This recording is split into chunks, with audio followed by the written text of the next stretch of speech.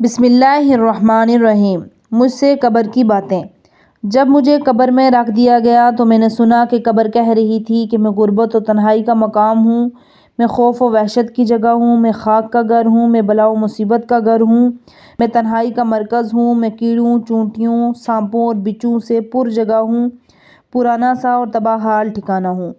اس کے بعد قبر نے مجھ سے مخاطب ہو کر کہا، اے نمک حرام انسان، اے بے دین کافر، اے وہ شخص جو دنیا میں گمراہی کے راستے پر چلتا رہا اور اس نے کبھی حق و حقیقت کو جاننے کی کوشش نہ کی، تم میرے اندر خوشی سے نہیں آئے، مجھے اس خدا کی قسم جس نے تجھے اور دیگر تمام مخلوقات کو پیدا کیا۔ جب تم میرے اوپر چلتے تھے مجھے تم سے نفرت تھی، مجھے تمہارے گندے کردار سے گھن آتی تھی۔ اب جب تو میرے اندر آ گیا ہے تو میری اس نفرت میں مزید اضافہ ہو گیا ہے۔ کچھ ہی دیر بعد تجھے میری اس نفرت کا اندازہ ہو جائے گا۔ میں تمہارے بدن کو اس طرح سے جھنجھوڑوں گی کہ تمہاری ہڈیاں سرما بن جائیں گی۔ یہ کہتے ہی قبر نے مجھے ایسا جھنجھوڑا کہ میری دائیں پسلیاں بائیں پسلیوں میں پیوست ہو گئیں۔ ایسا محسوس ہو رہا تھا کہ ماں کا جو دودھ میں نے پیا تھا وہ میرے ناک اور انگلیوں کے پوروں سے باہر آ گیا ہے۔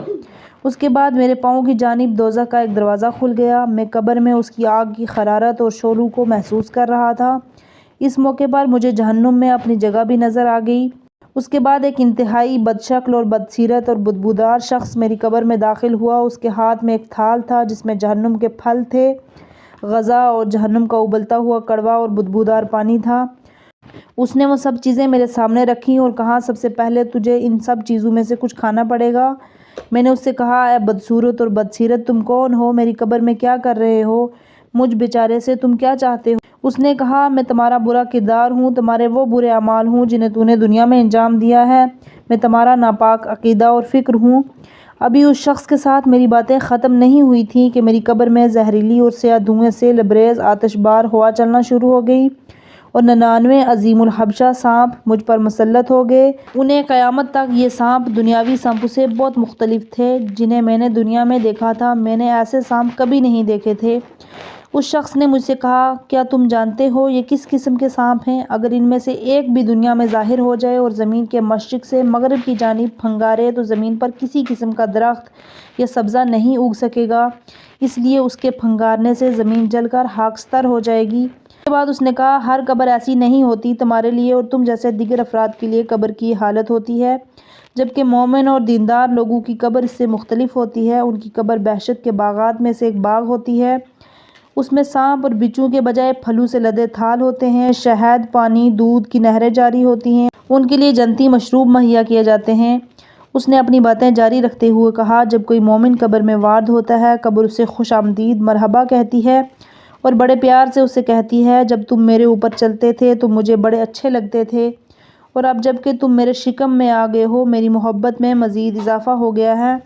ابھی کچھ دیر بعد تجھے میری اس محبت کا ثبوت مل جائے گا۔ اس کے بعد مومن کے سر کے بالائی جانب سے جنت کا ایک دروازہ کھل جاتا ہے جس کی باد نسیم دل کو باغ باغ کر دیتی ہے۔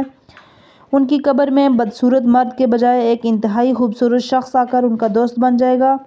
انہوں نے اپنی پوری زندگی میں اس جیسا خوبصورت شخص نہیں دیکھا۔ جب وہ اس سے پوچھیں گے کہ تم کون ہو، تم سے کتنی اچھی خوشبو آ رہی ہے، تم کتنے نیک سیرت ہو، تمہارا لباس کتنا صاف اور ستھرا ہے، تمہاری شکل کتنی حسین ہے، وہ بولے گا کہ میں تمہارا اچھا اور نیک عمل ہوں جسے یہ صورت عطا کی گئی ہے۔ پھر وہ اس مومن کو جنت میں لے جا کر اسے اس کے مخصوص مقام میں داخل کرے گا۔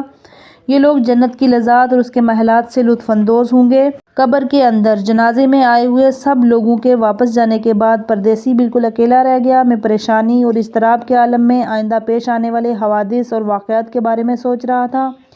میں اپنے بارے میں سوچ رہا تھا کہ میں اپنی زندگی میں کس طرح سے ہوا و ہوس کے دلدل میں پھنسا رہا۔ جب بھی دنیا کی آفت زدہ کھیتی کی جانب دعوت دی جاتی تو فوراً اس کی جانب لپک پڑتا، اور جب مجھے جنت اور اس کی بے شمار بے انتہا نعمتوں کی طرف بلایا جاتا تو میں منہ موڑ لیتا، انہیں کوئی اہمیت نہیں دیتا بلکہ ان کا مذاق اڑاتا۔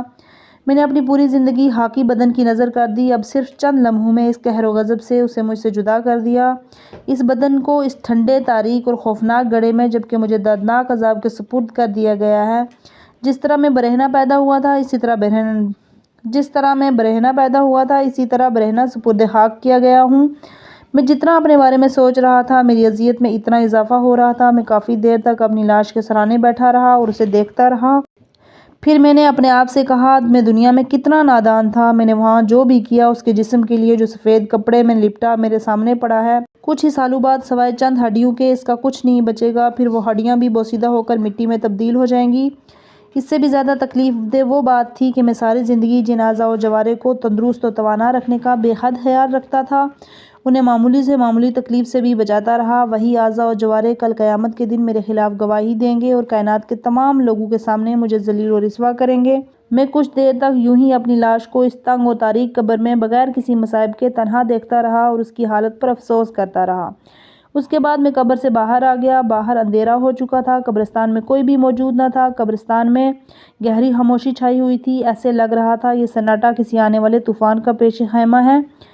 اس موقع پر میرے پورے وجود پر خوف و وحشت نے سایہ ڈال رکھا تھا، میں بغیر کسی وجہ کے ادھر ادھر دیکھ رہا تھا جیسے مجھے کوئی خوفناک حادثے کا انتظار ہو، میرے پاس فرار کا کوئی راستہ نہ تھا۔ جیسے جیسے اندھیرا چھا رہا تھا میرے خوف و وحشت میں اضافہ ہو رہا تھا، اب تک جو روحانی اذیتیں مجھے نصیب ہو چکی تھیں ان پر مجھے رونا آ گیا۔ میں کئی گھنٹوں تک روتا رہا، اپنے برے اعمال کے بارے میں سوچا، دل میں یہ حسرت اٹھی کہ کاش میں بھی لوگوں کے ساتھ دوبارہ گھر واپس چلا جاتا اور پھر پوری زندگی خدا کی عبادت و بندگی، شبیداری اور نیک اعمال میں گزارتا اور جو کچھ جمع کیا اسے راہ خدا میں خرچ کرتا۔ تھوڑی دیر کے بعد الو کی دل دہلانے والی آواز تاریک قبرستان کی خاموشی کو توڑتی، اس کا سکون برباد ہو جاتا۔ یہ ایسا خوفناک منظر تھا جو کسی بڑے شجاع پہلوان کا جگر پھاڑ سکتا ہے۔ یہ ایسا خوفناک منظر تھا جو کسی بڑے شجاع پہلوان کا جگر پھاڑ سکتا تھا۔